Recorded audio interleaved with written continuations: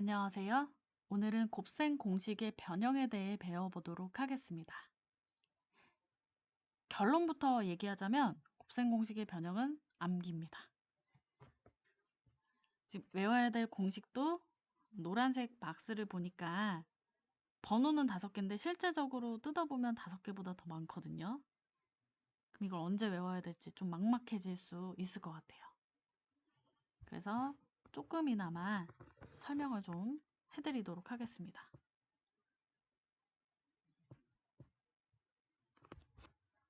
자, 일단 곱셈 공식이 변형이 됐다는 게 보통은 이항을 통해 곱셈 공식을 변형합니다. 자, 우리가 처음에 배웠던 완전 제곱식이 일단 가장 많이 변형이 되니까 그것부터 볼게요.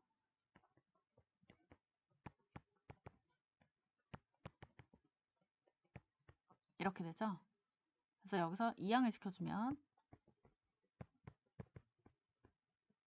바로 이것이 x제곱 플러스 y제곱이라는 걸 알 수 있습니다.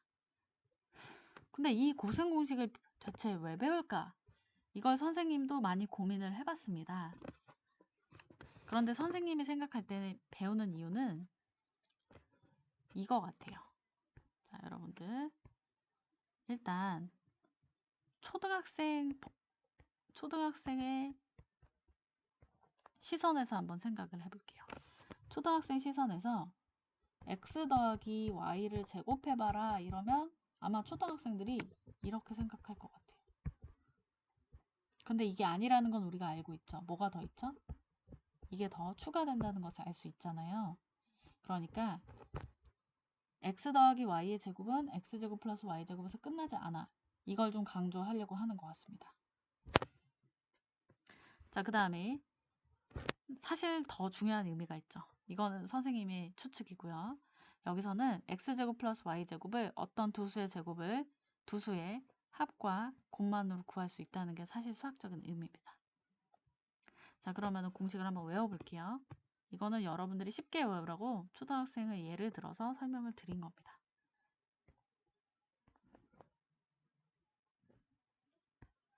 자, 그러면 공식이 여기서 끝이 아니니까요. x제곱 플러스 y제곱이 또 x 마이너스 y의 제곱이랑 관계가 있죠. 끝이 아니죠? 플러스 2xy가 더 있어야 합니다. 이런 식으로 암기를 끝이 아니다. 뭐가 끝이 아니냐? 뭐가 필요한지를 생각해 가면서 공식을 완성을 시켜주셨으면 좋겠습니다. 그냥 막 외우면 너무나 괴로운 작업이 되거든요. 자, 그 다음에 이번엔 이렇게 해볼게요. x 플러스 y의 세제곱. 이 공식은 x 세제곱 플러스 3x제곱 y 플러스 3xy의 제곱 플러스 y의 세제곱. 자, 이 가운데 두 항을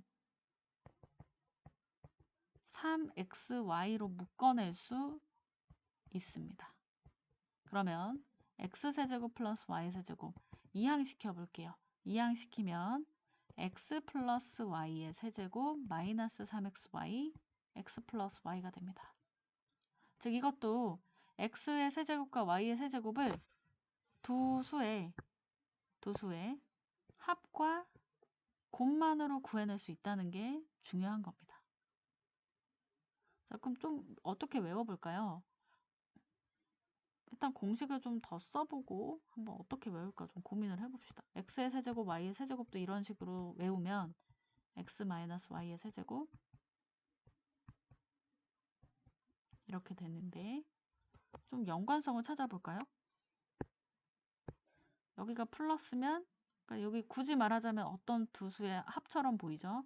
합, 곱입니다. 근데 곱의 부호 혼자 마이너스입니다.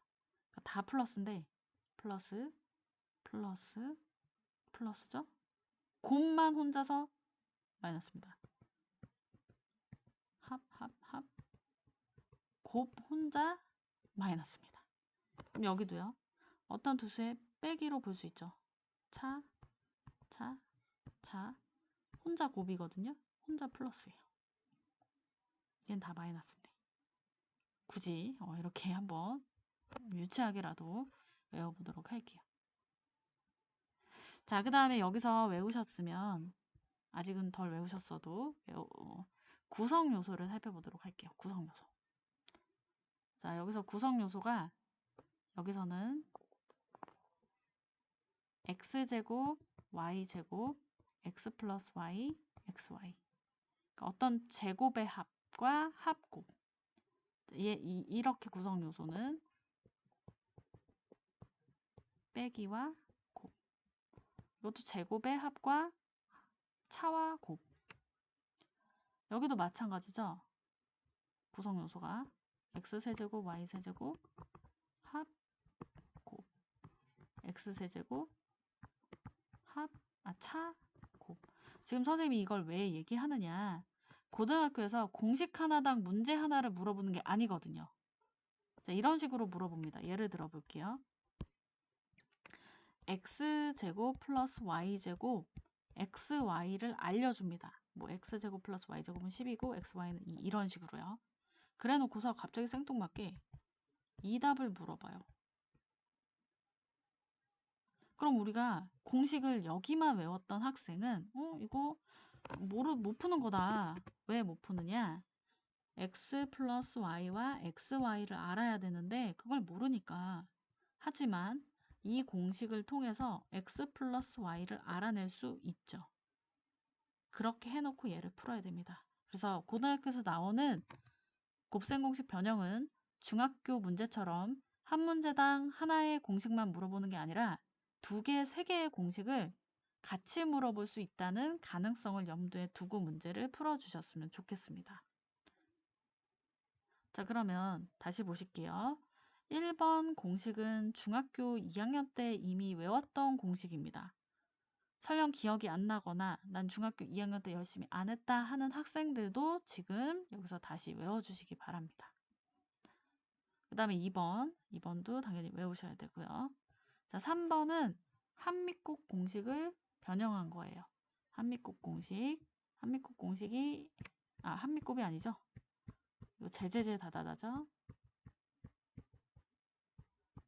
E, A, B, B, C, CA를 선생님이 그냥 이렇게 쓰겠습니다. 그러면 이항만 시켜주면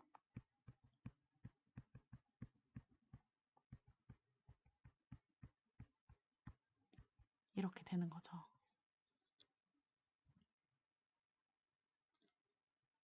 자, 그 다음에 4번 공식 좀 볼게요. 4번 공식이 어디서 나왔던 공식인가요? 이게 앞은 간단하고 뒤는 복잡한 식에서 나왔었거든요. 다시 볼게요.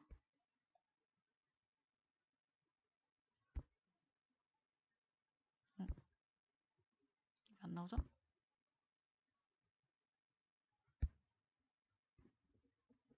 네. 자, 우리가 외웠던 곱셈 공식 중에서 앞은 간단하고 뒤는 복잡한 식이 있습니다. 이 공식이 이렇게 전개가 됐었죠. 그 부분에서 이 부분만 따온 겁니다. x제곱, y제곱, z제곱 이 부분만요. 이 부분에 즉 이 식에 내 맘대로 2를 곱할 순 없어요. 그런데 2를 곱하고 싶어요. 왜 2를 곱하는지는 나중에 설명드리겠습니다. 일단 2를 곱합니다. 그리고 나서 다시 2분의 1을 곱해주면 아무 일도 없었던 것처럼 되겠죠. 그래서 식에는 곱하고 싶은 수를 곱한 뒤에 수습해주는 수를 곱하면 그거는 변형이 가능합니다. 자, 그 다음에 2를 분배를 시켜줍니다. 2를 모든 항에 분배를 시키면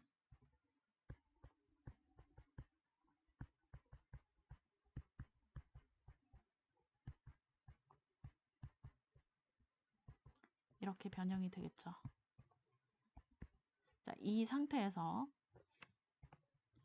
x제곱이 2개가 있는 상태죠. x제곱 하나만 쓰고요. 얘를 바로 씁니다. 이 마이너스 2xy 항을 씁니다. 그럼 저기 x제곱, y 뒤에 뭔가 y제곱이 오면 균형이 맞을 것 같다는 생각이 듭니다. 자, 이런 식으로 하나씩 쓰니까 여기가 완전 제곱식이 된다는 것을 알 수 있네요. 네, 일단 이렇게 하고요. 그 다음 이 항을 볼까요? 마이너스 2yz. 그럼 앞뒤로 여기 y제곱, z제곱이 와야 될 것 같습니다. 맞습니다. 완전 제곱식이고요. 그 다음에 여기 마이너스 2zx를 보니 앞뒤로 z제곱, 뒤로 플러스 z제곱이 오면 되겠습니다. 자, 그러면 다시 한번 쓸게요. 완전 제곱식 형태로 x-y의 제곱, y-z의 제곱, z-x의 제곱, 요게 각각 짝이 돼서 완전 제곱식 3개가 된 거고요. 이렇게 변형할 수도 있습니다. 근데 이걸 왜 이렇게 변형을 하느냐? 지금은 안 나오는데요. 나중에 이게 0이라고 주어질 때가 있습니다.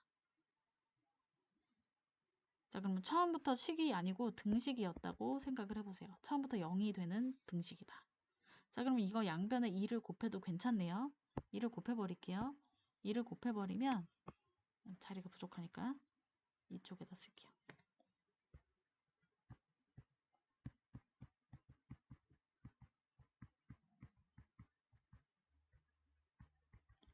이렇단 얘기가 되죠. 자, 그럼 잘 생각해 보세요. 어떤 수를 제곱하면 0보다 무조건 커집니다. 최소 0입니다. 최소 0. 마찬가지. 그럼 다 더해서 0이 되려면 전부 0이어야 말이 되겠죠. 즉 x-y도 0이어야 되고 y-z도 0이어야 되고 z-x도 0이어야 말이 돼요. 즉 이항시켜 볼까요? x가 y네요. y가 z고요. z가 x예요. 즉 이 얘기는 x, y, z 세 개가 모두 같다는 얘기가 됩니다. 그럼 이거 어디다 써먹냐고요? 아직 모르시겠죠? 여러분들 직각삼각형을 보면 a제곱 플러스 b제곱이 바로 떠오르시죠? 이렇게요. 피타고라스 정리. 그러면 이거 무슨 삼각형일까요? 정삼각형입니다. 앞으로 여러분들은 이 곱셈공식 변형을 보자마자 정삼각형 떠올리시면 됩니다. 자, 왜 이렇게 했는지 아시겠죠?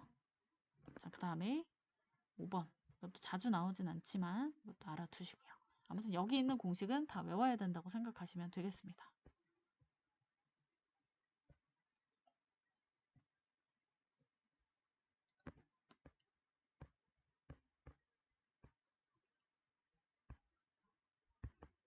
자, 여기 개념 체크 문제 풀어보시고 필수 예제 16쪽에 있는 문제까지 다 풀어보세요. 16쪽에 있는 문제 다 푸셨죠? 자, 여러분들 여기 5-번에 제가 말씀드릴 게 있어서 하나 말씀을 드릴게요. 여기 있는 x와 y 무슨 관계죠? 바로 켤레 무리수입니다. 근데 우리가 켤레수를 배우는 이유가 켤레끼리 더해주면 4라는 수가 나오고 켤레끼리 곱하면 곱셈공식에서 2라는 수가 나옵니다. 그러니까 켤레 무리수였는데 이 숫자를 더하거나 빼면 무리수 부분이 사라져서 간단한 유리수가 됩니다. 그래서 켤레가 가지는 가장 중요한 특징이 켤레끼리 더하거나 곱한 수는 간단한 수가 된다입니다. 그럼 이거 이 x 플러스 y, xy가 바로 곱셈공식 변형의 중요한 소재인 합과 곱이었죠. 그래서 이게 켤레수와 곱셈공식 변형이 연결될 수밖에 없는 개념입니다. 그럼 이거 인수분해를 통분을 해볼게요. xy분의 x세제곱 마이너스 y세제곱. 나머지는 공식으로 해결을 하시면 되는데 어쨌거나 켤레가 나오면 더하거나 곱해야 되는 게 먼저다. 이거 알아두시면 좋겠습니다. 자, 그 다음 3번도 바로 해결된 사람도 있고 안 된 사람도 있을 텐데 3번 역시 중학교 때 자주 나오던 유형이었습니다. 자, 양변에 x로 나눠주겠습니다. x로 나눠주면 x 마이너스 3 마이너스 x분의 1은 0이라는 식이 나오고요. 마이너스 3만 이항시키면 이렇게 됩니다. 나머지는 공식을 적용해주면 되겠습니다.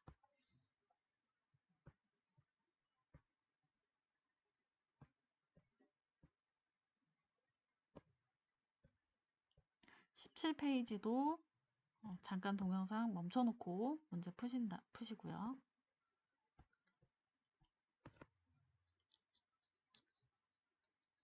자, 6-2번 한번 볼게요. 6-2번을 보면 이걸 과연 어떻게 풀어야 되는지 공식에는 이런 게 없었는데 이런 의문점이 생길 수 있습니다. 그러면 최대한 비슷한 모양을 먼저 찾습니다. 자, 6-2번을 보면 이 부분과 최대한 비슷한 부분이 AB 플러스 BC 플러스 CA죠. 얘를 제곱해줘야 뭔가 나올 것 같은데 그렇다고 이게 그대로 나오진 않을 거예요. 뭔가 추가되는 것이 있을 거예요. 그거를 제거시켜주거나 더해줘야 된다. 이걸 떠올리시면 되겠습니다. 선생님이 수업 맨 앞에 말했던 초등학생 그거 있잖아요. 그 생각처럼요. 그럼 일단 제곱을 해볼게요. 제제제 다다다 공식으로 전개를 해보도록 하겠습니다. 그러면 2 AB제곱 C 2 ABC제곱 2 A제곱 BC 이렇게 됩니다. 자, 그럼 이 부분이 추가가 됐네요. 이 추가된 부분을 어떻게 잘 처리할 것인가가 문제가 되겠습니다. 자, 그러면 여기만 살짝 2로 묶어줄 수 있고 A, B, C로도 묶을 수 있네요. 그러면 A 플러스 B 플러스 C가 됩니다. 그러면 곱은 나와 있고 합도 여기 나와 있으니 문제에 잘 대입만 해주면 되겠네요. 그러니까 이런 식으로 최대한 비슷한 모양을 찾은 뒤 어떠한 계산을 하고요. 보통 제곱이긴 한데 그리고 이게 그대로 나오지 않고 뭔가 추가되는 부분을 잘 해결하자. 이게 문제 목적이 되겠습니다.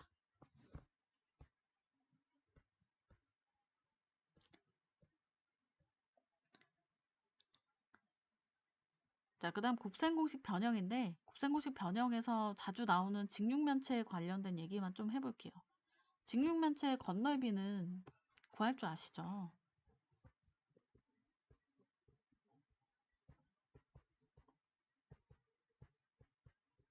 자, 여기 건널비를 구해보면 이 면이 XY인데 이 면이 위아래로 똑같이 두 개가 있습니다.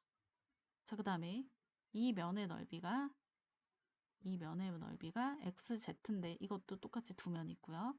이 면의 넓이는 YZ인데 이것도 똑같이 두 면이 있습니다. 이런 거 조심하시고요. 그 다음에 요 대각선이 길이인데요. 대각선 길이는 중학교 3학년 2학기 때 배웠던 피타고라스 정리를 활용해 주시면 됩니다. 자, 그러면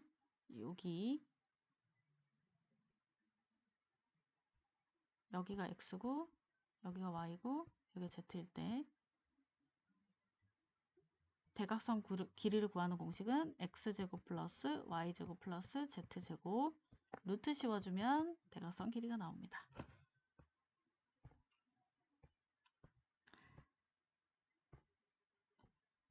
활용도 크게 어려운 문제는 없기 때문에 18쪽 여러분들이 혼자 풀어보시고 채점해 보시기 바랍니다.